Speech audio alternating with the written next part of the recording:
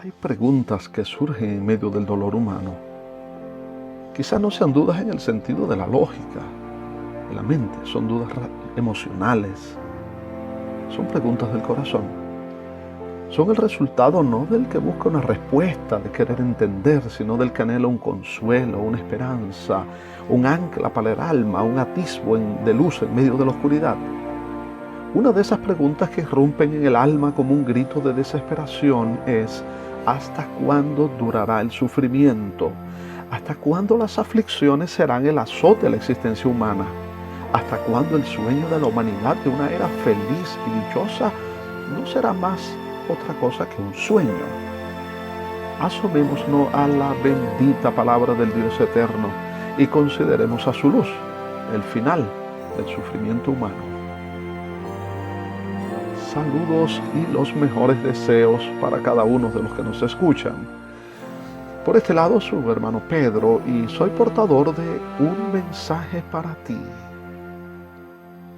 Que todo tenga un carácter temporal puede ser bueno a veces, pero no nos agrada que terminen los momentos buenos, de ensueños, de alegría.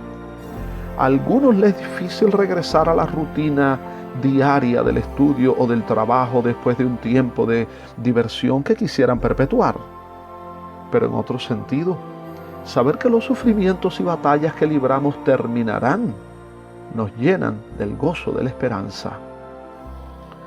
La Biblia, la palabra de Dios, tiene un récord muy bien establecido respecto al cumplimiento profético. Sus palabras son fieles y verdaderas, como fiel y verdadero fue el que le inspiró.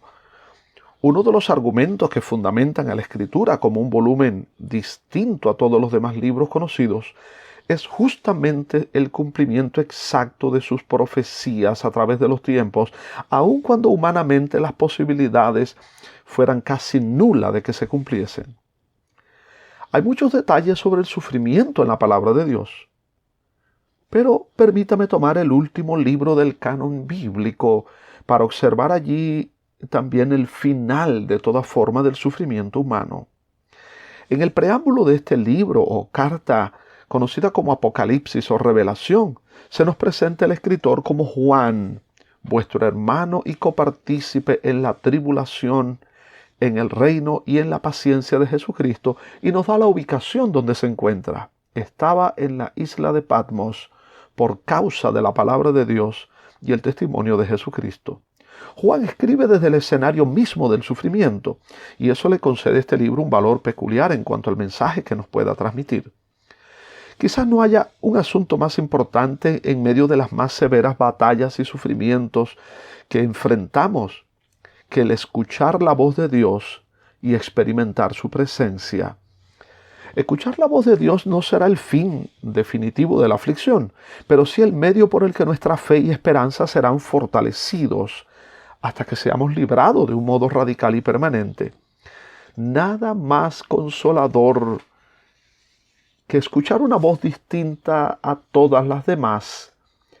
En días de aflicción son muchas las voces que escuchamos, pero ninguna traerá fuerza, consuelo, paz, esperanza, ni siquiera nuestra propia voz que se suma al concierto de desesperación, de fatalismo, de autocompasión o de inseguridad. La voz potente del soberano se distingue entre otras por su efecto consolador, aun cuando las circunstancias sigan siendo las mismas. Experimentar su presencia aleja el temor, nos da un sentido de seguridad y paz que viene del vislumbrar su gloria y soberanía. Es su presencia la que trae fuerzas nuevas, gozo en medio de la prueba, dirección en el camino, seguridad de la esperanza. Fue la promesa de Dios para muchos de sus más aguerridos soldados y ante las más severas batallas. Mi presencia irá contigo y te daré descanso. O la seguridad más hermosa en tiempos duros. Aunque ande en valle de sombra de muerte, no temeré mal alguno, porque tú estarás conmigo. En las cartas a las iglesias, en el libro de Apocalipsis, se evidencia que en medio de muchas aflicciones, Dios está al tanto de cada detalle y de cada una de ellas. Él está cerca, aunque aparentemente esté en silencio. Y cuando los cielos le son abiertos al anciano Juan, vio lo que todos los redimidos por la sangre de Jesucristo debíamos mirar con seguridad y confianza más allá de nuestras circunstancias. Un trono establecido en el cielo y uno sentado en el trono. Alrededor de ese trono un arco iris. La figura de Dios sentado en su trono es lo más consolador y hermoso que podamos pensar. El arco iris es el símbolo de su fidelidad. Él cumplirá sus promesas, las llevará a cabo aunque en el presente nos parezca un sueño lejano, irrealizable, efímero. Dios gustosamente descorre el velo para mostrarnos el último capítulo de la historia de la humanidad, más allá de los combates cosmológicos colosales entre el bien y el mal. Vi un cielo nuevo y una tierra nueva, porque el primer cielo y la primera tierra pasaron, y oí una voz del cielo que decía: He aquí el tabernáculo de Dios con los hombres. Él morará con ellos y ellos serán su pueblo, y Dios mismo estará con ellos como su Dios. Enjugará Dios toda lágrima de los ojos de ellos, y ya no habrá más muerte, ni habrá más llanto, ni clamor, ni dolor, porque las primeras cosas pasaron.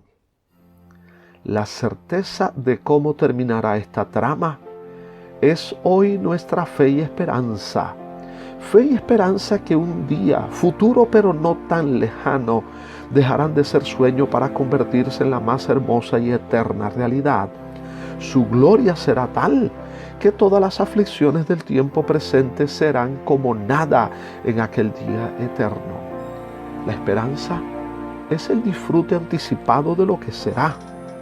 La palabra de Dios seguirá cumpliéndose. El reino de Dios vendrá con poder en la persona de su Rey, el Señor Jesucristo, y serán suprimidas de modo definitivo todo mal, todo sufrimiento. El bien triunfará para siempre y la voluntad expresa de Dios será hecha por la eternidad. Viene el día en que la luz y la vida triunfarán sobre la oscuridad y la muerte. Mientras esperamos, disfrutemos por la fe del último y definitivo capítulo de la historia humana, del sufrimiento humano.